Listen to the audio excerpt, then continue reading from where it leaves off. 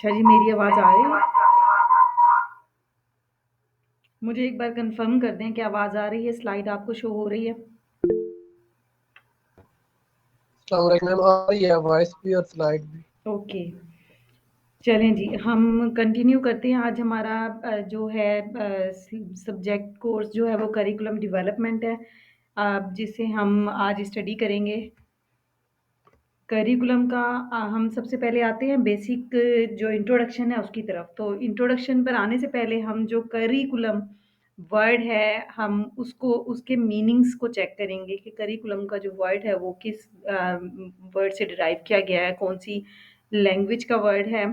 तो ये basically Latin word है, ठीक है।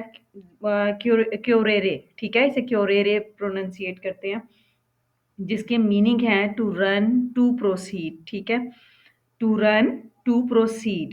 अगर सिंपली इसे सिंपल मीनिंग में देखें तो are runway on which one runs to reach a goal, ठीक है। किसी भी गोल तक पहुंचने के लिए एक रनवे को हम यूज़ करें, जिस रनवे को हम यूज़ करते हैं वो करिकुलम कहलाता है, ठीक है। ये दो वर्ड्स का कम्बिनेशन है क्योरेरे एंड ठीक है। क्योरेरे मीन्स आ रेस, ठीक है। a race to run or to proceed. means place, ठीक है, और रनवे। अब जो करिकुलम होता है, देखा मैं करिकुलम की अगर मैं एक सिंपल वे में बताऊं तो ये किस्म की एक अम्ब्रेला टर्म है, ठीक है। पूरे एजुकेशन सिस्टम का क्रक्स कहते हैं करिकुलम को, कि पूरा जो एजुकेशन सिस्टम है वो करिकुलम पर डिपेंड करता है। या करिकुलम में फॉर एग्जांपल अगर हम एक एजुकेशन सिस्टम में देखें तो जो टीचर होता है वो एक गाइड का रोल प्ले कर रहा होता है। तो इसी तरह जो करिकुलम है वो पाथ, ठीक है, प्रोवाइड करता है, एक रनवे प्रोवाइड करता है, जिस रनवे पर एक टीचर एज अ गाइड अपने लर्नर को एज अ स्टूडेंट जो है वो लेकर चलता है, लेकिन फॉलो किसे करता है, उस पाथ को फॉलो करता है, उस रनवे को फॉलो करता है, ठीक है। अगर इधर देखें तो मैंने यहाँ लिखा है सिनोनिमस विद कोर्स प्लानिंग और डेवलपमेंट, ठीक है। करिकुलम का जो वर्ड है वो हमारे कोर्स डेवलपमेंट और प्लानिंग से मिलता जुलता है। It is a step by step process, ठीक है। अब आपको पता है कोई भी पाथ है या कुछ भी है उस पे हम जैसे-जैसे स्टेप बढ़ाते हैं वैसे-वैसे हम आगे उस पाथ को कवर करते हैं, ठीक है। तो करिकुलम की भी एग्ज़ाम्पल ऐसे ही है कि ये एक स्टेप बाय स्टेप प्रोसेस है, ठीक है। सिंपल वर्ड्स में it is a description of what happens, ठीक है। क्या होने जा रहा है या आप क्या करना चाह रहे हैं उसको उसकी जो डिस्क्रिप्शन है वो करिकुलम कहलाती है। करिकुलम को मैं अगर एक और टर्म में लूँ तो totality of students experiences that occurs in the educational process, ठीक है। पूरा जो एक ओवरऑल एक्सपीरियंस की का जो सम अप है वो कहलाता है curriculum. It creates positive improvement in course, ठीक है। पॉजिटिविटी या पॉजिटिव चेंज लाने के लिए कोर्स में ये यूज़ किया जाता है। It offered by a school और an institution. It is in the form of document, ठीक है। It is planned learning experiences. ये डिफरेंट वेज में मैंने आपको करिकुलम की का बताया है कि टोटलिटी ऑफ लर्निंग एक्सपीरियंसेस होते हैं, प्लान्ड लर्निंग एक्सपीरियंसेस होते हैं, किसी भी इंस्टीट्यूट प्रोग्राम या स्कूल की तरफ से ऑफर किए जाते हैं, डॉक्यूमेंट की शक्ल में जो करिकुलम है वो रिप्रेजेंट किया जाता है, ठीक है। और जितने भी जो भी जो हैं स्कूल के अंदर इम्प्लीमेंट हो रही हैं सिचुएशंस या जो कुछ भी है उनके रिजल्ट में या उनका रिजल्ट होता है ये या उससे पहले उसकी प्लानिंग होती है, ठीक है। तो किसी भी शेप में मौजूद होता है एक प्लान की शक्ल में जिसे हमने फॉलो करना होता है। यहाँ पर करिकुलम के बेसिक कॉन्सेप्ट से कोई प्रॉब्लम है तो बताएं। मैम आवाज कट कट के आ रही है। मैम दोबारा बता दीजिएगा। अच्छा, दोबारा बता दूं, आप लोग मुझे अगर मेरी आवाज़ में कोई प्रॉब्लम है तो आप लोग मुझे उसी टाइम पर प्लीज़ बता दिया करें, ठीक है। क्योंकि मुझे आइडिया नहीं है, अगर मैं यहाँ अपनी आवाज़ सुनने के लिए अपने सेल से स्पीकर ऑन करती हूँ तो वो डिस्टॉर्शन सी हो जाती है। अच्छा मैम जी, ये वहाँ नोट्स भी सेंड कर दीजिए काइंडली। हाँ जी, मैं नोट्स भी सेंड कर दूँगी, बिल्कुल। तो करिकुलम जो है आज का लें, मुझे वैसे पहले ही कर देने चाहिए थे, लेकिन चलें अभी करती हूँ। अभी रहने दें, अब आज का ले लें आप क्लास, ठीक है? क्योंकि वो रिकॉर्डिंग भी स्टार्ट हुई हुई है, थोड़ा-सा प्रॉब्लम होगी अब। तो इंशाल्लाह मैं आप लोगों को क्लास के बाद सेंड कर दूँगी। ओके करि मैम। करिकुलम का मैं आप लोगों को बता रही थी कि एक लैटिन वर्ड से डिराइव किया गया जिसके वो वर्ड है क्योरेरे, ठीक है? क्योरेरे means to run, to proceed, ठीक है? टू अब आवाज़ क्लियर है मेरी? जी ma'am. Okay, to run, to proceed. अब टू रन और टू प्रोसीड मीन्स ये कि करिकुलम जो है अगर मैं उसको एक सिंपल वर्ड्स में सेंटेंस में देखूँ, एक ऐसा रनवे प्रोवाइड करता है जिसमें आप किसी भी गोल तक पहुँचने के लिए आप रन करते हैं जिस पर, ठीक है? वो रनवे जो है वो करिकुलम कहलाता है और जिस वर्ड से इसे लिया गया है वो क्योरेरे है और जिसके एग्ज़ैक्ट मीनिंग थे टू रन, टू प्रोसीड, ठीक है? अब जो है मैंने इसकी एग्जांपल दी थी कि जिस तरह टीचर जो है वो किसी एजुकेशनल इंस्टीट्यूट में एक गाइड का काम करता है, इसी तरह जो करिकुलम है वो एक पाथ प्रोवाइड कर रहा होता है। उस पाथ पर ही एक टीचर जो एज़ अ गाइड अपने स्टूडेंट को लेकर चलता है उस पाथ के अकॉर्डिंग, ताकि एक पॉजिटिव जो इम्प्रूवमेंट्स हैं, एक पॉजिटिव चेंज जो है वो स्टूडेंट में बिल्ड हो। और ये करिकुलम जो है स्कूल, किसी ऑर्गेनाइज़ेशन या इंस्टीट्यूशन या किसी प्रोग्राम के थ्रू ऑफ़र किया जाता है। डॉक्यूमेंटेड प्लान होता है ये, ठीक है? और जितने किसी भी इदारे के लर्निंग एक्सपीरियंसेस होते हैं उनकी वो सारी यहाँ इसमें प्लान्ड होती हैं। स्टेप बाय स्टेप प्रोसेस होता है ये, ठीक है? सिंपल ये कॉन्सेप्ट है और इसके लिए मैंने कुछ वर्ड्स और यूज़ किए थे कि totality of student experiences that occur in the educational system is called curriculum. जितने भी टोटल स्टूडेंट के एक्सपीरियंसेस है जो एजुकेशनल प्रोसेस में वो गेन करता है, उन तमाम का जो कॉम्बिनेशन है वो करिकुलम कहलाता है। बस ये टोटल जो है करिकुलम की एग्जाम्पल है। इसे होल क्रक्स ऑफ एजुकेशन कहा जाता है। ये एक अम्ब्रेला टर्म है, ठीक है, जो पूरे एजुकेशन सिस्टम को रिप्रेजेंट कर रही होती है। नेक्स्ट है स्मिथ के अकॉर्डिंग जो करिकुलम है उसके प्रोसीजर्स क्या हैं, ठीक है? अब करिकुलम के जब हम मॉडल्स पढ़ेंगे, जिस तरह मैंने आप लोगों को पहले रिसर्च के बेसिक कुछ स्टेप्स बताए थे, फिर आगे फर्दर उन्हीं स्टेप्स को लेकर रिसर्च में यूज़ किया जा रहा था।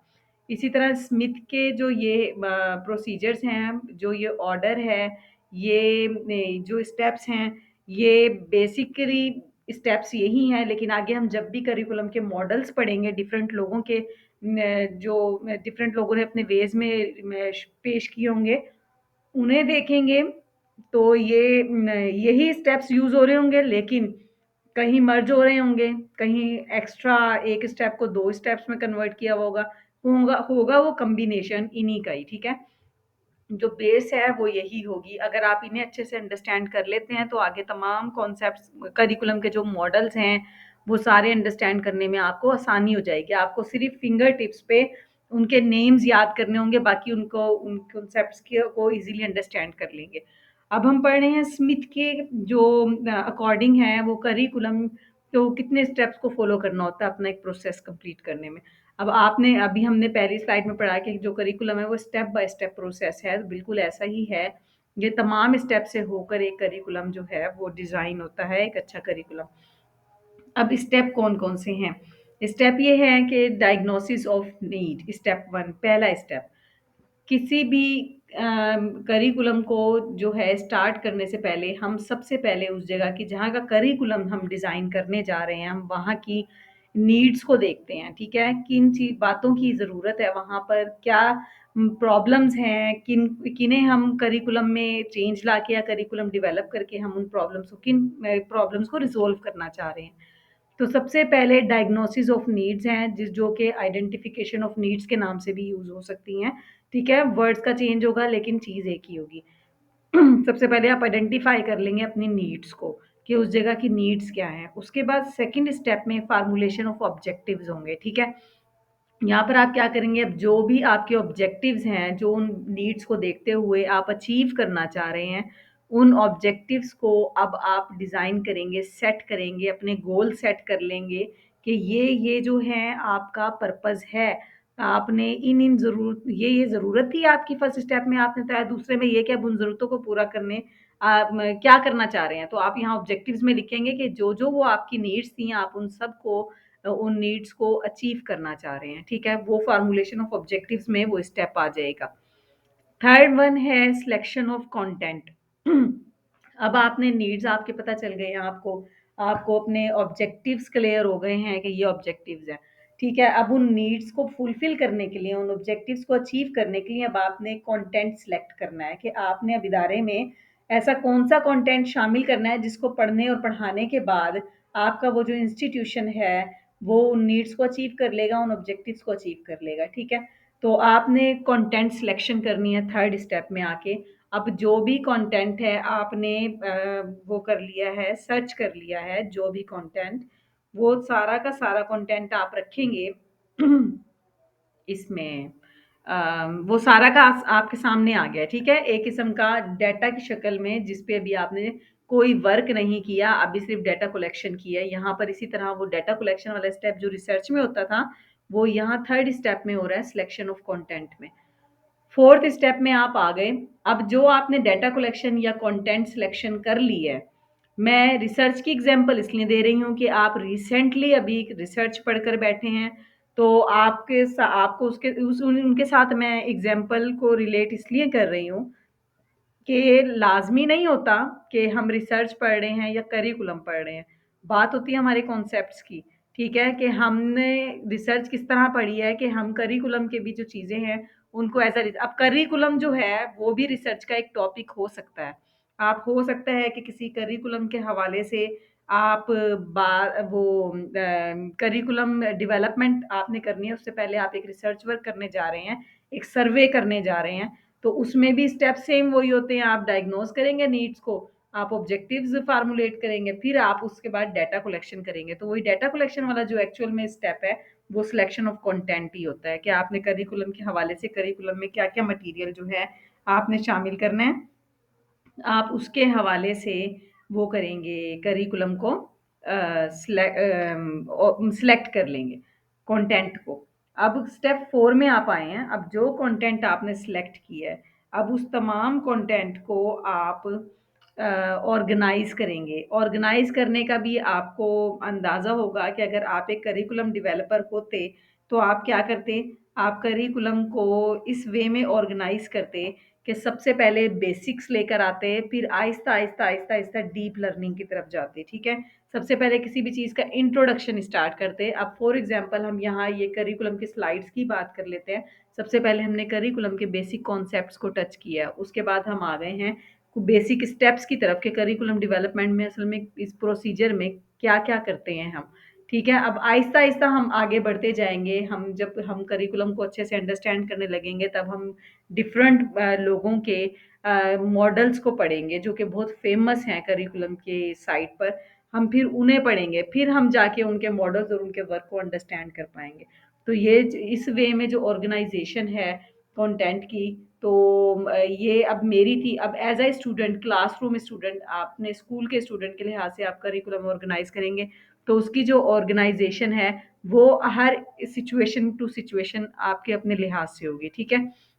कि आप किस वे में आप देखना चाह रहे हैं। पहले स्टूडेंट्स को थ्योरेटिकल आप नॉलेज दे रहे हैं, उसके बाद एक्टिविटी बेस्ड दे रहे हैं, तो उस लिहाज से आप कंटेंट को अरेंज करेंगे, तो वो चीज़ भी ऑर्गेनाइजेशन ऑफ कंटेंट में आ जाएगी। स्टेप 5 में क्या है? स्टेप 5 में सिलेक्शन ऑफ लर्निंग एक्सपीरियंसेस।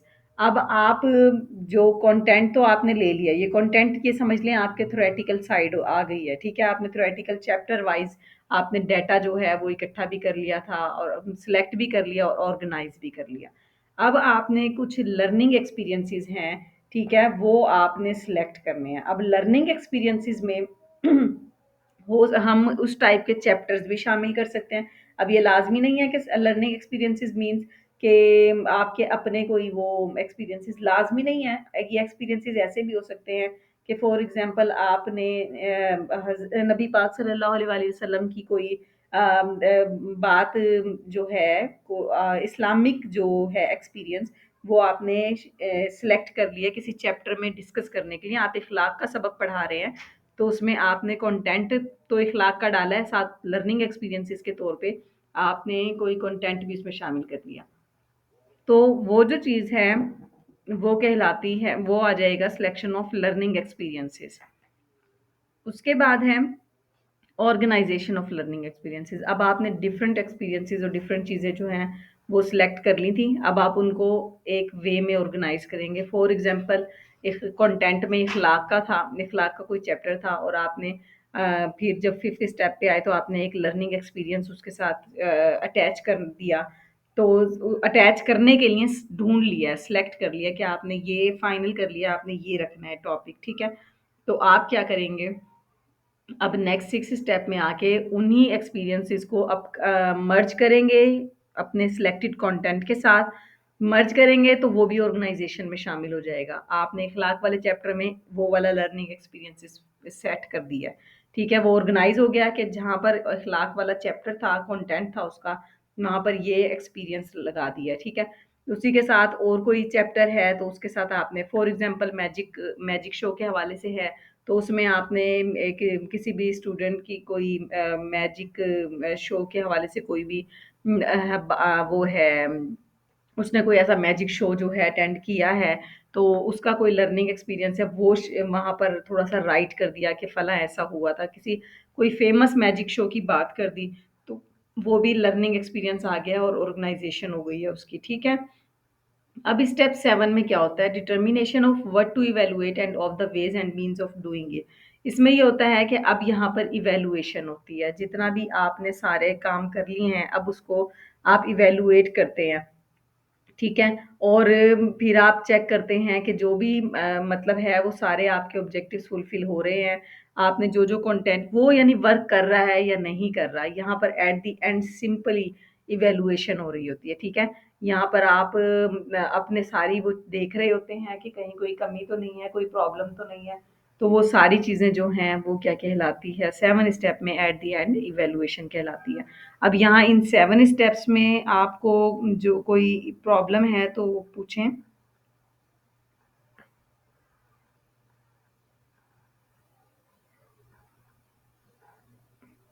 किसी स्टूडेंट को कोई प्रॉब्लम हो तो प्लीज़ पूछें मुझसे, नहीं तो मुझे बताएं कि हम आगे कंटिन्यू करें। क्लियर है। ओके, वो बहुत बेसिक सी चीज़ है। मैंने आपको डिटेल से इसलिए बताई है कि ताकि आपको हमेशा ऐसे क्लियर रहे। अदरवाइज़ ये बहुत ईज़िली अंडरस्टैंडेबल चीज़ है, ऐसा कुछ भी नहीं है इसमें कि बस सिर्फ़ आपको बेसिकली स्टेप्स का पता होना चाहिए कि आपने कैसे स्टेप वाइज़ जो है करिकुलम डिज़ाइन करना है, करिकुलम डेवलप करना है, ठीक है। अब हम नेक्स्ट जो है हमारा टॉपिक वो है differentiate between various terms of curriculum, syllabus, course, text book, instructions, ठीक है। हमने इन्हें स्टडी करना है। तो करिकुलम को मैं डिटेल से बता चुकी हूँ, sum of all planned learning experiences और totality of all planned learning experiences, ठीक है, इज कॉल्ड करिकुलम। करी अभी तक जो भी बात किया वो हमने करिकुलम की टर्म की ही बात की है, तो वो तो आपको होगी क्लियर। अब हम बात करते हैं सिलेबस की, ठीक है। सिलेबस क्या होता है, सिलेबस होता है लिस्ट ऑफ रिकमेंडेड बुक्स, ठीक है, या लिस्ट ऑफ रिकमेंडेड सब्जेक्ट्स, ठीक है। उसके अलावा जो है ये जो इजी जो सिंपल इजी टर्म्स हैं वो यही लिस्ट ऑफ रिकमेंडेड बुक्स और list of recommended object subjects हैं। तो अब वो कैसे, फॉर एग्जांपल मैं आपको कह रही हूँ मुझे जो है इंग्लिश का सिलेबस बताएं। हम मोस्टली जो इन टर्म्स को याद रखने का तरीका ये है कि आप आम जुबान में जो अल्फाज इस्तेमाल करते हैं आप उनको उसी तरह दोहरा कर देखें, तो आपको इजीली समझ में आ जाएगा। हम कहते हैं फॉर एग्जांपल हम कहते हैं पीपीएससी का जो है सिलेबस, लेक्चरर एजुकेशन का सिलेबस क्या है, ठीक है। लेक्चरर एजुकेशन का सिलेबस क्या है, तो हमारे पास वो लिस्ट आ जाती है कि ये रिकमेंडेड सब्जेक्ट्स या रिकमेंडेड टॉपिक्स हैं या रिकमेंडेड बुक्स हैं, वो क्या कहलाएंगे, फिर सिलेबस कहलाएंगे। अब फॉर एग्जांपल चलें हम पीपीएससी की बात थी, हम स्कूल साइड की बात करते हैं कि हम कह देते हैं कि एट्थ इंग्लिश का सिलेबस क्या है, ठीक है। तो फिर हम फ़ौरन से ना जो है इंग्लिश के जो कोर्स सब टॉपिक्स आ जाते हैं, हम उसको काउंट करना शुरू कर देते हैं।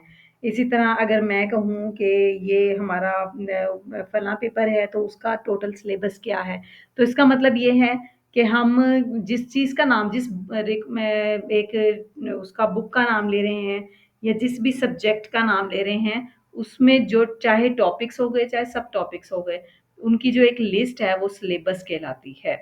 इसी तरह अगर हम किसी पोस्ट का नाम ले रहे हैं, उस पोस्ट का सिलेबस क्या है, तो उसकी जो लिस्ट ऑफ बुक्स हैं या लिस्ट ऑफ सब्जेक्ट्स हैं, वो सिलेबस कहलाती हैं। अब कोर्स की तरफ आते हैं, तो यहाँ पर मैंने ईज़ी वे में लिखा हुआ है कोर्स ऑफ 8th क्लास, ठीक है? जो कोर्स होता है ना, वो आपके सेट ऑफ सब्जेक्ट्स होते हैं with detailed description of the contents, यानी आपके जितना किसी एक लेवल का के तमाम सेट है सब्जेक्ट्स के, वो कोर्स कहलाते हैं, ठीक है? फॉर एग्ज़ाम्पल अब जो मैं कहूँ आपको 8th क्लास का कोर्स, तो अब उसमें क्या-क्या आ जाएगा, तमाम सब्जेक्ट्स आ जाएँगे, इंग्लिश, उर्दू, मैथ, ठीक है? साइंस, हिस्ट्री, ज्योग्राफ़ी, ये सारे सब्जेक्ट्स आ जाएँगे। तो ये वो हो जाएगा आपका कोर्स, ठीक है? तो आप आम लैंग्वेज से याद रखें कि एक 8th क्लास का कोर्स, 9th क्लास का कोर्स, तो इसका मतलब क्या हुआ कि ये हो गए list of set of all subjects, ठीक है?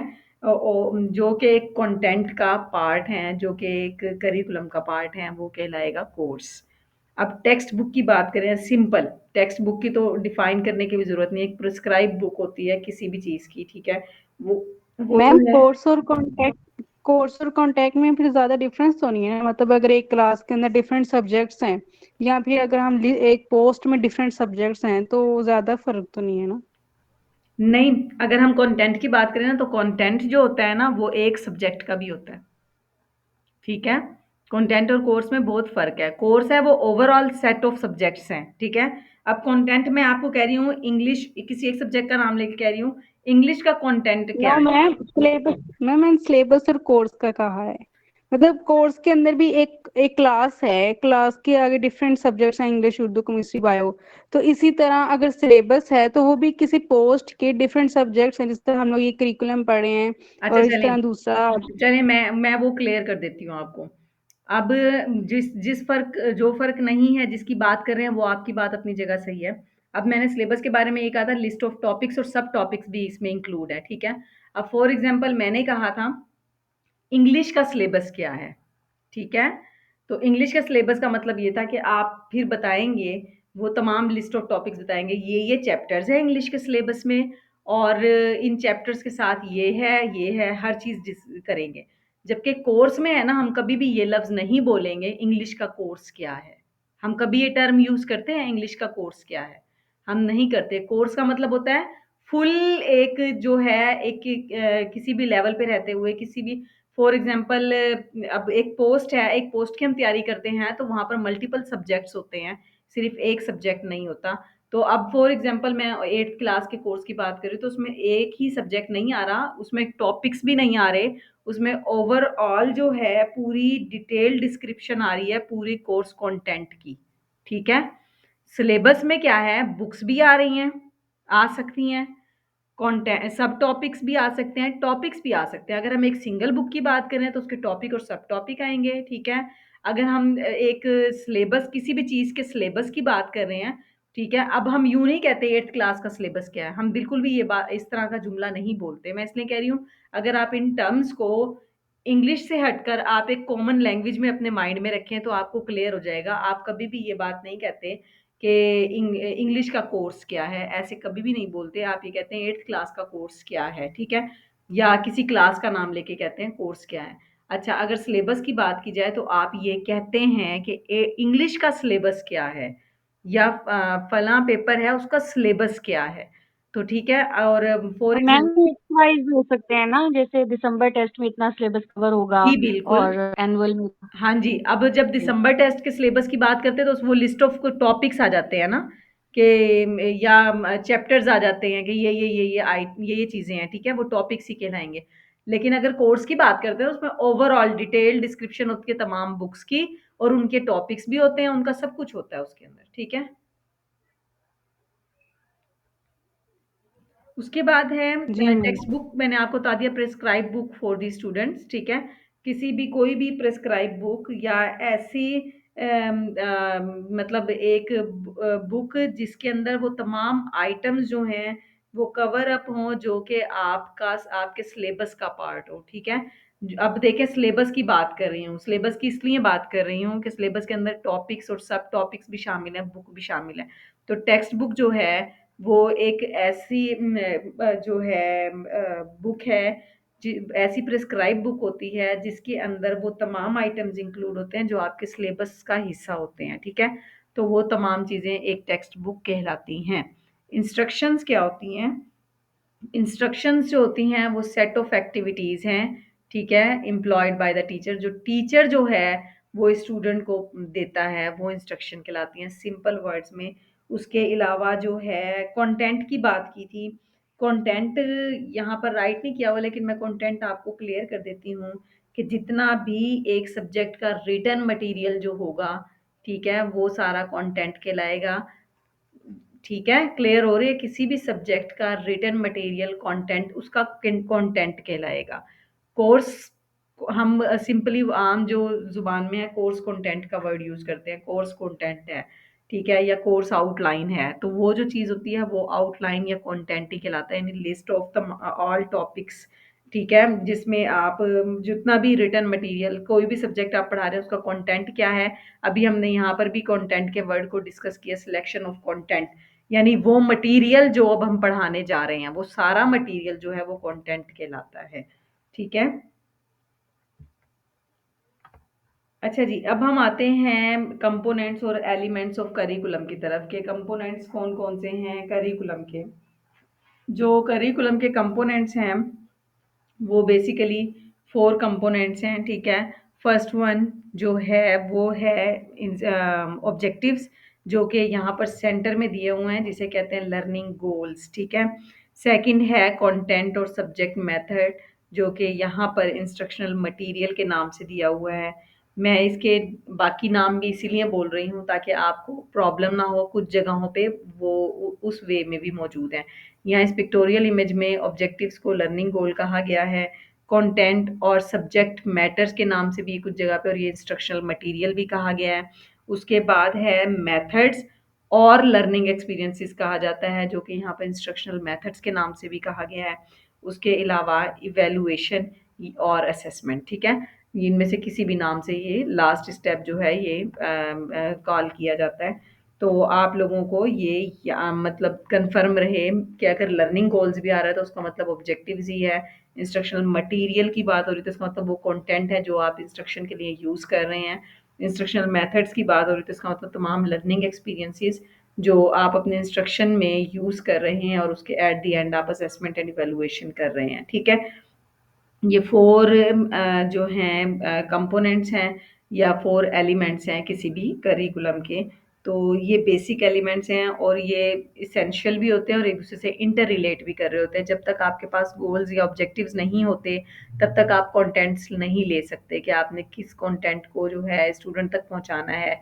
और फिर जब कंटेंट आपके पास आ जाता है तो आपके पास जो है वो मेथड भी, टीचिंग मेथड भी होना ज़रूरी है, और उसके बाद एट द एंड आप इवैल्यूएशन भी लाज़मी है। इवैल्यूएशन की बेस पे आप डिसाइड करते हैं कि आपका जो करिकुलम है वो सही वर्क कर रहा है या नहीं कर रहा, ठीक है? ये इसके बेसिक एलिमेंट्स थे। अब ये है to meet the needs of the widest range of students, what should teacher consider when planning their instruction, क्या-क्या चीज़ें कंसीडर करनी चाहिए। ये उसी पिक्टोरियल जो आपके सामने इमेज था उसकी उसी के ही उन्हीं को ही यहाँ पर पॉइंट बुलेट्स पे लिखा हुआ है, learning goals, instructional material, instructional methods और असेसमेंट, ठीक है? किसी भी टीचर को अपना लेक्चर डिलीवर या अपनी इंस्ट्रक्शंस स्टूडेंट तक पहुँचाने के लिए इन 4 बातों का ख़्याल रखना बहुत ज़रूरी है। अब हम नेक्स्ट आते हैं कि AIIMS, goals and objectives. MCQs paper point of view से बहुत इंपॉर्टेंट होते हैं ये तीनों टर्म्स, ठीक है? इन तीनों में डिफरेंस जो है वो मोस्ट इम्पोर्टेंट है। एम्स, गोल्स एंड ऑब्जेक्टिव्स क्या होते हैं, ठीक है? हम लोग मोस्टली जो होते हैं इन इंग्लिश, हम इन्हें एक ही वे में कंसीडर करते हैं। एम्स का मतलब भी मकसद है, गोल्स का मतलब भी मकसद है, ऑब्जेक्टिव्स का मतलब भी मकसद है, ठीक है? हम इन्हें सेम कंसीडर करते हैं, लेकिन इन एजुकेशन इन एजुकेशन एक ये तीनों जो हैं एक दूसरे के साथ बहुत ही मतलब डिफरेंस है इन तीनों में, तो ये रिलेट नहीं करती टर्म्स। इनमें जो डिफरेंस है वो नैरोअर एंड ब्रॉडर कॉन्सेप्ट्स का ही है, ठीक है। माइनर से डिफरेंसेस हैं जिनको अंडरस्टैंड करना ज़रूरी है, और एमसीक्यूज पॉइंट ऑफ व्यू से आपको लाजमी पता होना चाहिए कि एम्स, गोल्स एंड ऑब्जेक्टिव्स तीनों अलग अलग कॉन्सेप्ट्स हैं। अब जो एम्स हैं, aims are general statements that provide direction and identify an intention to act, ठीक है। सिंपली यहाँ पर जनरली डिफाइन किया गया है कि जो एम्स होते हैं वो होते हैं जनरल होते हैं, ठीक है। वो बस आपको कोई डायरेक्शन प्रोवाइड कर रहे होते हैं। अब यहाँ सिंपली लिखा हुआ है। उसके बाद गोल जो हैं, अभी मैं इनका अलग सेपरेट वाला पेपर पॉइंट ऑफ व्यू से भी डिफरेंस बताती हूँ। गोल जो होते हैं, goal is a high level non measurable statement concerning a broad open ended measure of achievement, ठीक है। तो गोल जो होते हैं हाई लेवल होते हैं, नॉन मेजरेबल स्टेटमेंट्स होती हैं, ब्रॉड कंसर्न होता है इनका, ठीक है। ये कहना चाह रहे हैं। ऑब्जेक्टिव्स क्या होती हैं? स्टेटमेंट होती हैं। सिंपली ये ऑब्जेक्टिव्स जो आपका पर्पस है उसको ही मैं ये स्टेटमेंट बता रहे हैं कि ये स्टेटमेंट होती हैं जिसे आप अचीव करना चाह रहे होते हैं, ठीक है। दो तरह के जनरल और स्पेसिफिक ऑब्जेक्टिव्स होते हैं, ये बता रहे हैं। अब हम बात करते हैं एम्स के, इन तीनों के मेजर डिफरेंसेस की जो पेपर पॉइंट ऑफ व्यू से पूछे जाते हैं।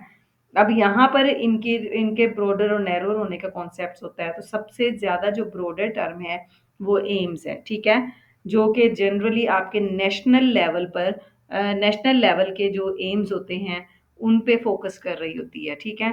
बहुत ब्रॉडर टर्म होती है। अब जितना भी आप यहाँ पर कॉन्सेप्ट देख लें कि जितने जो भी आपकी नेशनल लेवल पे आप कुछ अचीव करना चाह रहे हैं, फॉर एग्जांपल आप क्रिकेटर बनना चाह रहे हैं पाकिस्तान का, ठीक है, पाकिस्तानी क्रिकेट टीम का, तो ये जो आपका नेशनल लेवल जो ये चीज़ है ये एम में आएगी, एम कंसीडर होगी, ठीक है। अब गोल्स की तरफ आ जाएं। अब गोल जो हैं ये थोड़े से नैरोर हो जाते हैं एम्स एम्स की निस्बत। तो ये यहाँ पर आप ये समझ लें, वहाँ नेशनली एक चीज़ वो थी, ब्रॉडर थी, तो यहाँ पर आके अब आप एक स्कूल लेवल पर आ गए हैं, ठीक है। तो यहाँ पर जो आपके आपके वो हैं इंटेंशन है, आपकी डायरेक्शन है, आपके पर्पस हैं, वो सारे जो हैं थोड़े से नैरोर हो गए हैं एम की निस्बत, लेकिन किसी हद तक ब्रॉडर है कि एक स्कूल लेवल पे हैं आप। फॉर एग्जांपल जो आप स्कूल की क्रिकेट जो टीम है या स्कूल की जो स्पोर्ट्स टीम है, आप उसमें एज अ क्रिकेटर खेल रहे हैं, ठीक है, खेलना चाहते हैं, आपका गोल ये है। तो जो एक स्कूल बाउंड्री के अंदर यानी कि एक थोड़े से नैरो लेवल पे जो चीज़ आ गई है वो चीज़ गोल्स का पार्ट कहलाएगी, यानी आपका जो वो पर्पस है वो गोल कहलाएगा, ठीक है। अब बात करते हैं ऑब्जेक्टिव्स की। ऑब्जेक्टिव्स जो हैं ये बिल्कुल ही नैरोर हैं। इन तीनों के उसमें देखा जाए तो ये बहुत ही ज़्यादा नैरो हैं। कैसे कि ऑब्जेक्टिव्स की अब जो टर्म है वो एक किस्म की रूम लेवल पर आ गई है। क्लासरूम लेवल पर क्या होता है?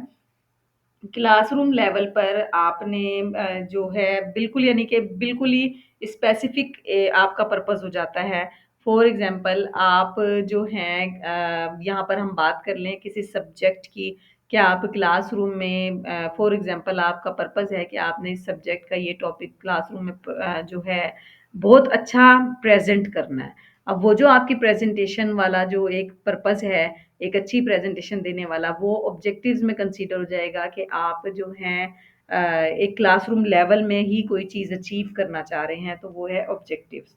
अब ऑब्जेक्टिव्स के एक वर्ड टर्म है जो कि अभी प्रीवियस पेपर में भी क्वेश्चन आया था कि स्मार्ट, ठीक है, objectives must be smart, SMART, ठीक है। कि इसमें स्मार्ट का जो वर्ड है, जो टर्म है, वो किन वर्ड्स को वो कर रही है, ठीक है। तो स्मार्ट में S for specific, M for measurable, A for achievable, R for realistic and T for timed, ठीक है। अगर कोई राइट कर रहा है तो मुझसे दोबारा पूछ ले, मैं रिकॉल कर दूंगी। Specific, measurable, achievable, realistic and timed, ठीक है। इनका कॉम्बिनेशन है कि objectives must be smart, smart होने चाहिए, स्मार्ट क्यों होने चाहिए, स्पेसिफिक होने चाहिए, मेजरेबल होने चाहिए। मैम आपकी ना आवाज नहीं आ आवाज़ नहीं आ रही? मैम आपकी आवाज ना दरमियान में कट गई थी, अच्छा, अभी कटी थी। स्पेसिफिक, मेयरेबल, अचीवेबल के आगे रियलिस्टिक, टी फॉर टाइम्ड। समझ आ गई है? ओके मैम, यस मैम, हो गया। ओके। तो यानी कि अब हमने पढ़ा था जो एम्स होते हैं वो मेजरेबल नहीं होते। किस वजह से? गोल्स भी नॉन मेजरेबल होते हैं। थोड़ा इस वजह से कि थोड़े से ब्रॉडर होते हैं, तो इनको मेजर करना इजी नहीं होता।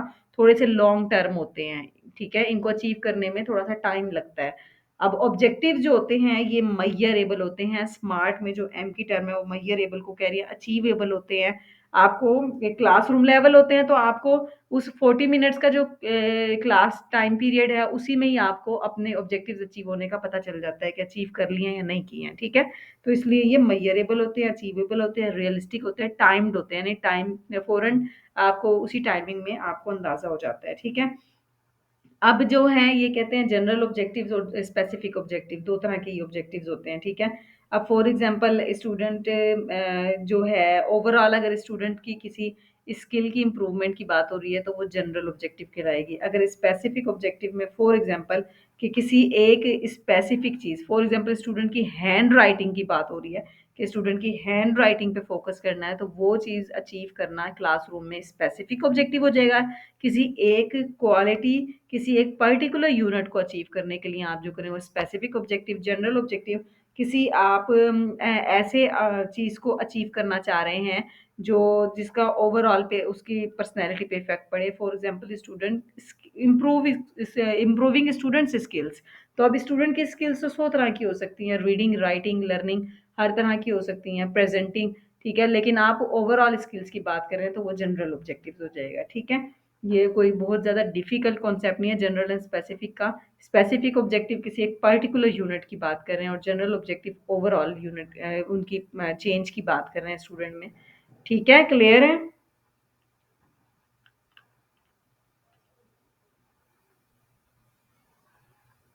मेरी आवाज़ आ रही है? Yes ma'am. ओके, जी मैम, हो गया क्लियर। यस मैम आ रही है। ठीक है।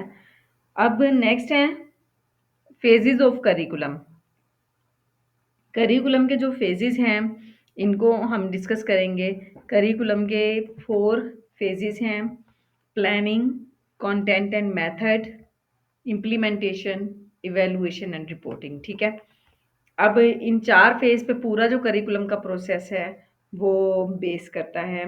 अब हम उनको देखते हैं वो कौन-कौन से जो हर फेज़ के अंदर कुछ स्टेप्स होते हैं, ठीक है? जो वर्क हमने परफ़ॉर्म करना होता है। अब फॉर एग्ज़ाम्पल प्लानिंग में क्या होता है? प्लानिंग में होता है कि आप जो है नीड्स को आइडेंटिफ़ाई कर रहे होते हैं। जब आप कोई करिकुलम डेवलप करना स्टार्ट करने जा रहे होते हैं, तो नीड्स को आइडेंटिफ़ाई करते हैं। उसके बाद आपकी जो भी टीम है, उसे आप क्रिएट करते हैं कि ये लोग जो हैं जब आप किसी भी काम को करने की प्लानिंग कर रहे होते हैं, तो उस प्लानिंग में यही करते हैं ना कि सबसे पहले आप देखते हैं हमने करना क्या है, ठीक है? उसके बाद आप क्या करते हैं कि एक जो टीम है आपकी कौन-कौन लोग क्या-क्या करेंगे, ये डिसाइड करके आपको अंदाज़ा होता है आपको इतने लोग चाहिए, ठीक है?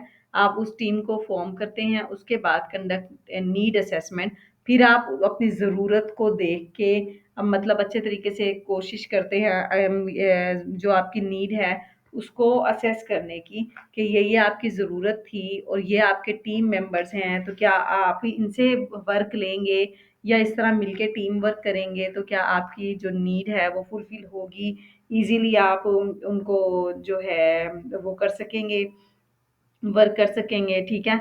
आप अब नीड असेसमेंट जो है वो किसी भी तरीके से कर सकते हैं। आप जो है उनके जो टीम मेंबर्स हैं उनके नॉलेज को देखते हुए, उनकी प्रैक्टिस को देखते हुए, उनके एटीट्यूड्स को देखते हुए, ठीक है? इन तमाम चीज़ों को देखते हुए, इनकी स्कैनिंग करते हुए अपन ये करेंगे कि हाँ जी, आपकी जो नीड असेसमेंट है वो होगी, पॉसिबल है, ठीक है?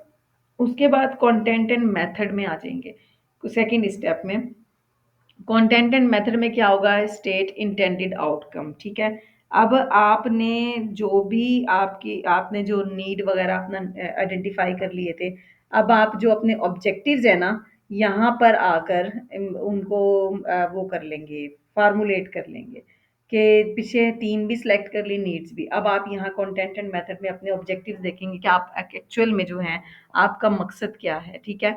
आप उन ज़रूरतों को किस उसमें वो करना चाह रहे हैं, तो उन्हीं ज़रूरतों को आप यहाँ पर एज़ ऑब्जेक्टिव राइट करेंगे कि आपका मकसद ये है इस ज़रूरत को पूरा करना, ठीक है। उसी की बेस पे आप कंटेंट सेलेक्ट करेंगे और फिर से उसी की बेस पे आप जो लर्निंग एक्सपीरियंसेस जो भी आपके होंगे, उनकी बेस पे आप जो है अपना मेथड सेलेक्ट करेंगे। अब ये मेथड टीचिंग मेथड भी हो सकता है कि आपने कंटेंट किस वे में डिलीवर करना है, एक्टिविटी मेथड भी, यानी आप डिफरेंट वेज में यहाँ पर मेथड्स का की बात करेंगे कि मेथड्स आपने कौन से रखने हैं, कौन से डिज़ाइन करने हैं। फिर है इम्प्लीमेंटेशन। इम्प्लीमेंटेशन वाले स्टेप पर आप आके सबसे पहले करिकुलम जो प्रोडक्ट है उसे प्रोड्यूस करेंगे, यानी करिकुलम अपना बना लेंगे यहाँ पर आकर आप, ठीक है। और उसके बाद टेस्ट एंड रिवाइज करिकुलम। अब जो करिकुलम आपने बनाया अब उसको उसकी टेस्टिंग करेंगे, ठीक है। टेस्टिंग में कोई अगर प्रॉब्लम आ रही है तो फिर उस करिकुलम को अगेन रिवाइज करेंगे, वो पिछले वाले तमाम स्टेप्स को अगेन देखेंगे और फिर उसको अगेन यहाँ तक पहुंचकर फिर टेस्ट एंड रिवाइज करिकुलम करेंगे, ठीक है। Recruit and train facilitators. अब जब करिकुलम आपका बन गया है, अब उसको इम्प्लीमेंट करने के लिए आपको जो आपने करिकुलम किया, अब आपको वो लोग भी तो चाहिए, वो टीचर्स, फैसिलिटेटर्स मीन्स यहाँ पर आप टीचर भी ले सकते हैं कि जिनके थ्रू अब वो करिकुलम आपने लर्नर्स तक पहुंचाना है, ठीक है, इंस्ट्रक्शंस डिलीवर करनी है। तो उसके लिए आप क्या करेंगे, रिक्रूटमेंट और ट्रेनिंग का एक जो है इम्प्लीमेंट करने में रिक्रूट करेंगे और ट्रेन करेंगे टीचर्स को, फैसिलिटेटर्स को, ठीक है। और आखिर में एट द एंड आप जो फुली है रूल के अकॉर्डिंग आप इम्प्लीमेंट कर देंगे करिकुलम को। अब जब करिकुलम इम्प्लीमेंट हो गया है तो आप इवैल्यूएशन एंड रिपोर्टिंग की तरफ आ जाते हैं, ठीक है। डिफरेंट स्ट्रेटजीज के थ्रू आप इवैल्यूएट करते हैं कि जो आपने करिकुलम इम्प्लीमेंट कर लिया है अब वो करिकुलम क्या रिजल्ट्स दे रहा है, ठीक है। फिर जो भी रिजल्ट्स आ रहे हैं, जो भी सिचुएशन आपको फील हो रही है या आप फेस कर रहे हैं, उनको एज अ रिपोर्ट आप रिटन डॉक्यूमेंट की शक्ल में आप उसकी रिपोर्टिंग कर लेंगे, ठीक है। ये वाला जो आपका प्रोसेस है ये कहलाएगा इवैल्यूएशन एंड रिपोर्टिंग, ठीक है।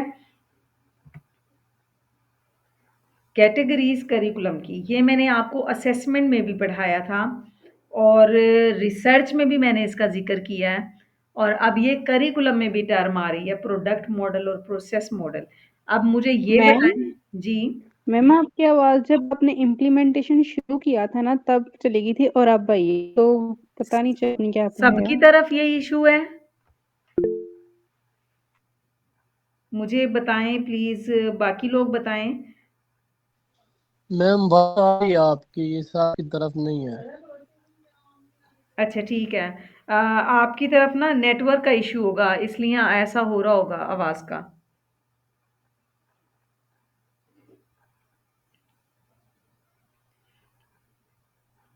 आप लोगों को पता है मुझे एलर्जी का इतना सीरियस मसला हुआ है आजकल वेदर चेंज होने की वजह से, कि कल की क्लास भी मुझे मजबूरन इसलिए रखनी पड़ी कि मुझे खांसी कंट्रोल नहीं हो रही थी। और अब भी मैं, मेरे पास कोई मीठे में कोई चीज़ मौजूद नहीं थी, मैं अपने पास शुगर लेकर बैठी हूँ, उसे थोड़ा थोड़ा सा ऐसे मुंह में रख रही हूँ ताकि मुझे वो बार बार एलर्जी वाली सिचुएशन ना हो। और मैं मैम बगैर, सेम हाल आप साइड पे ऐसे ही है, मौसम ही कुछ इस तरह जी, का है। जी, बिल्कुल, काफ़ी लोग ऐसे ही हैं वेदर की वज़ह से, इसलिए मैं ज़रा रिलैक्स हूँ कि मुझे ही नहीं है, बाकी लोगों को भी है। लेकिन मैं आप लोगों को बता रही हूँ पढ़ाने का कि मैं साथ-साथ वो शुगर मुँह में रखती जा रही हूँ कि मेरा ये क्लास का टाइम ना सही रहे, परेशानी ना हो। अच्छा जी, मैं आप लोगों से ये पूछ रही थी कि categories curriculum development, product model और प्रोसेस मॉडल। ये 2 चीज़ें मैं आप लोगों को असेसमेंट में भी बता चुकी हूँ, मैं रिसर्च में भी बता चुकी हूँ। तो अब मुझे 2 ताहिर शहीद हैं क्लास में, तो मुझे आप दोनों में से कोई भी बता दें कि ये क्या चीज़ है, प्रोडक्ट मॉडल और प्रोसेस मॉडल?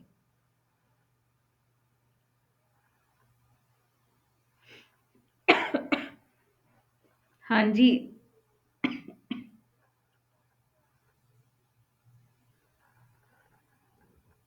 ताहिर सईद, आप लोग क्लास में मौजूद हैं?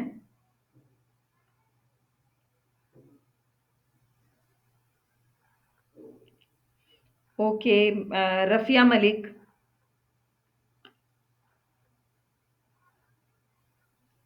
आप लोग पार्टिसिपेट किया करें। अदरवाइज़ कोई फ़ायदा नहीं है क्लास में ऐसे सिर्फ़ सुनने का, ठीक है? जब तक आप पार्टिसिपेट नहीं करेंगे, मुझे आइडिया नहीं होगा आपके कॉन्सेप्ट्स क्लियर हो रहे हैं या नहीं हो रहे। तो मैम बेसिकली जी। प्रोडक्ट मॉडल जो उसमें हम आउटकम ओरिएंटेड होता है, मतलब उसमें हम आउटकम को देखते हैं, आउटकम क्या है हमारी। अच्छा, ठीक है। तो अब मुझे ये बताएँ कि मैंने असेसमेंट की कुछ टाइप्स पढ़ाई थी आप लोगों को। तो प्रोडक्ट मॉडल जो है वो कौन-सी टाइप को वो कर रहा है, रिप्रेज़ेंट करता है? रफ़िया?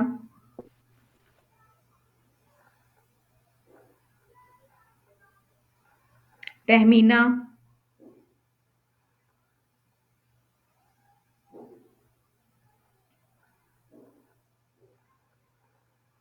तहमीना?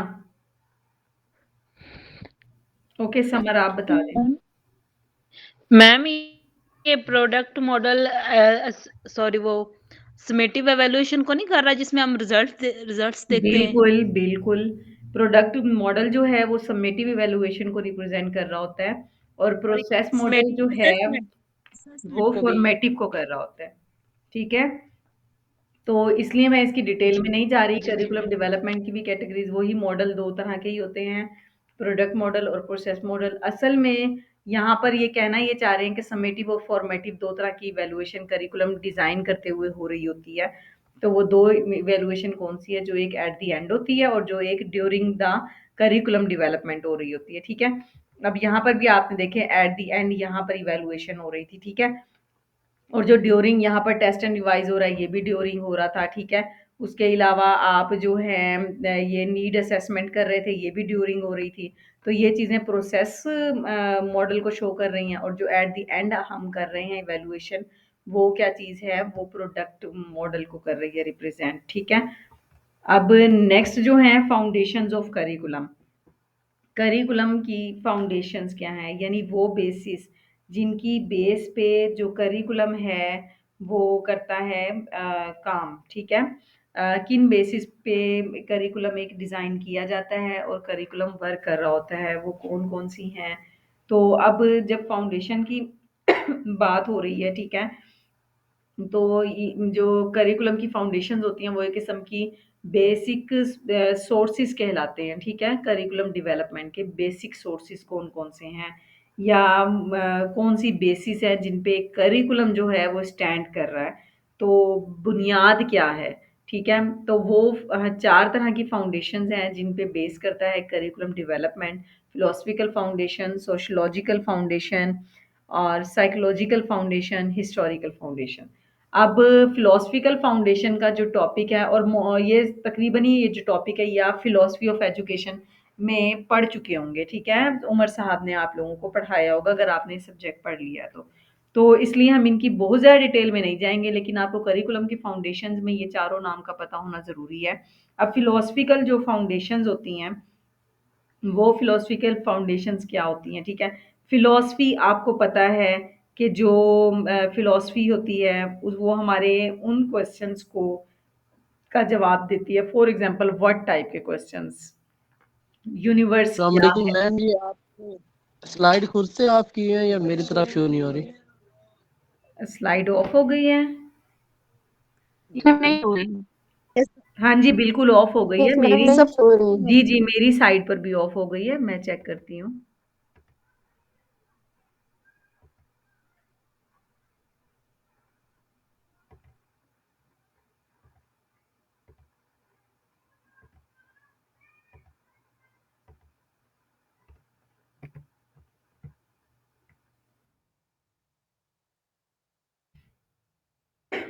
अब शो हो रही है? यस मैम, हो रही है। ठीक है। अब जो है फ़िलॉसफ़िकल फ़ाउंडेशन जो होती हैं, वो क्या होती हैं फ़िलॉसफ़िकल फ़ाउंडेशन में? अब सिंपली अगर फ़िलॉसफ़ी के बारे में बात करें, तो जो फ़िलॉसफ़ी होती है वो व्हाट टाइप के क्वेश्चन्स होते हैं, यूनिवर्स क्या है, ठीक है? इस टाइप की जो भी क्वेश्चन है जिसमें आप कोई क्वेश्चन व्हाट फॉर्म में कर रहे हैं, किसी भी चीज़ की हकीकत को जानें, वो एक फ़िलॉसफ़ी कहलाती है, ठीक है? अब एजुकेशन जो है, वो फ़िलॉसफ़ी के बगैर ब्लाइंड है, ठीक है? और फ़िलॉ ये एक पूरा सेंटेंस है जो मैं आपके सामने बोल रही हूँ अब इन इंग्लिश, ठीक है? आपने उसको बेशक से नोट डाउन कर लेना है। Education without philosophy is blind and philosophy without education is invalid, ठीक है? फ़िलॉसफ़ी हमारे तब तक काम की नहीं है जब तक हम इल्म हासिल करने के बाद उस चीज़ को अंडरस्टैंड ना करें। हमारे लिए तो इनवैलिड है ना। हम मतलब ये कि हम उसकी इम्पोर्टेंस जानते ही नहीं है तो और फिर मैम ये ब्लाइंड कैसे है वो भी? ब्लाइंड कैसे होगी? फ़िलॉसफ़ी जो है ना, वो हमें वो जैसे आप नज़रिया जो जी, जी, जो दोबारा इनवेलिड क्वेश्चन करें। आपने बताई है वो इसकी क्या है? साजिद आपकी आवाज़ क्लियर नहीं आ रही मुझे। मैम मैंने पूछा जैसे अभी ये इनवेलिड आपने क्लियर किया है ना, जी। तो ये ब्लाइंड भी हाँ क्लियर जी, मैं कर बताती देंगे वो हूँ। कैसे हो? मैं बताती हूँ। फ़िलॉसफ़ी जो है एक किस्म का ये नज़रिया होता है, ठीक है? एक ये समझ लें कि हमारे बिलीफ्स और वैल्यूज़ जो हैं, उनको उनमें उनका मतलब ना एक थिंकिंग होती है हमारी। अब ये व्हाट टाइप के क्वेश्चन्स को आंसर कर रही होती है कि द यूनिवर्स क्या है, ठीक है? जब तक हम इन बेसिक क्वेश्चन्स को सॉल्व करने के काबिल नहीं होंगे, तो एजुकेशन जो है, वो हमारा कुछ भी नहीं कर सकेगी। हमें एक किस्म का फ़िलॉसफ़ी ये समझ लें कि हमें गाइडलाइन प्रोवाइड कर रही होती है, किसी भी सोच तक पहुँचने के लिए। तो एजुकेशन जो है, हम अगर इल्म हासिल कर लें, लेकिन फिर भी हम कुछ हक़ाइक़ को जाने ना, तो इसका मतलब ये है कि वो education as a blind he work करेगी हमारे लिए, ठीक है? फ़िलॉसफ़ी के बगैर एजुकेशन कुछ भी नहीं है, ठीक है? और फ़िलॉसफ़ी अगर जो है हम फ़िलॉसफ़ी हमारे सामने हो, मुख्तलिफ़ लोगों के थिंकिंग बिलीव्स हों, हमारे सामने हों, लेकिन हमारे पास इल्म ना हो उन चीज़ों को अंडरस्टैंड करने का, समझने का, तो वो फ़िलॉसफ़ी हमारे लिए गैर ज़रूरी है, इनवैलिड है, ठीक है? तो ये इसका कॉन्सेप्ट यस, है। थैंक यू आपकी मैम, आवाज़ नहीं क्लियर है। क्लियर आ रही। मैम क्लियर है, थैंक यू, समझ आ गई है। Okay, okay. अच्छा जी, प्लाटो का एक कॉल है बहुत फ़ेमस सा, वो अपने पास राइट कर ले तो बेहतर है। He who has a taste for every sort of knowledge, ठीक है? And who is curious to learn and is never, मैं एक बार बोलकर बता रही हूँ, अगर राइट करना हो तो बाद में मैं रिपीट कर दूँगी। ठीक है? He who has a taste for every sort of knowledge and who is curious to learn and is never satisfied may justly be called a philosopher, यानी वो कह रहे हैं, प्लाटो कहते हैं कि जिस बंदे के पास नॉलेज है, ठीक है? और वो और मज़ीद उसके अंदर तजस्सुस है इल्म हासिल करने का, कुछ सीखने का, लेकिन वो सीख भी रहा है, वो क्यूरियस भी है मज़ीद जानने का, उसके बावजूद वो मुतमईन नहीं हो रहा, ऐसा बंदा फिलोसोफर कहलाता है।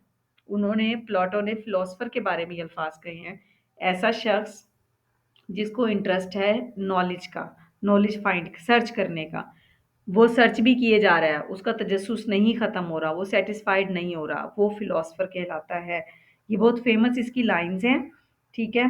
और फिलोसफिकल फाउंडेशन जो हैं, इसमें आप फिलॉसफी में डिटेल से पढ़ेंगे, प्रैग्माटिज्म, एग्जिस्टेंशियलिज्म, एसेंशियलिज्म, पैरेललिज्म, डीकंस्ट्रक्शनिज्म, ये सारी आप बहुत एक जो है उसमें पढ़ेंगे, लेकिन जहाँ यहाँ पर करिकुलम में जस्ट आपको यही बेसिक चीज़ें याद रखनी हैं कि फाउंडेशंस ऑफ करिकुलम में फिलोसफिकल फाउंडेशन होती है, फिलॉसफी एक्चुअल में होती क्या है, ठीक है? इसके बारे में ये भी आपको पता, 2 ग्रीक वर्ड से डिराइव की गई है, फिलस एंड सूफिया, लव ऑफ विज़डम, ठीक है? तो यानी अगर सिंपली उर्दू में देखूँ तो दानिशमंदी से मोहब्बत, हिकमत से मोहब्बत, ठीक है? और उसके अलावा आपको ये पता होना चाहिए कि व्हाट टाइप के जो क्वेश्चंस हैं, किसी भी चीज़ की क्यूरियोसिटी, कोई चीज़ मालूम करने की कि ये क्या है, तो ये जो चीज़ें हैं ये फिलोसफिकल फाउंडेशंस कहलाती हैं। और उसके अलावा जो है नेक्स्ट हम आते हैं सोशियोलॉजिकल की तरफ। सोशियोलॉजिकल फाउंडेशन लैटिन वर्ड सोशियस से डिराइव किया गया है। सोशियस जिसका मतलब है कंपेनियन और ट्राइब, यानी कोई कबीला, कोई ऐसे ग्रुप समझ लें, ठीक है। सोसाइटी के आपके जो कंपेनियंस हैं वो लोग जो हैं वो सोशियस या सोशियोलॉजी का पार्ट हैं, ठीक है। और 2 वर्ड्स का कॉम्बिनेशन है, लैटिन सोशियस और ग्रीक लोगोस, ठीक है।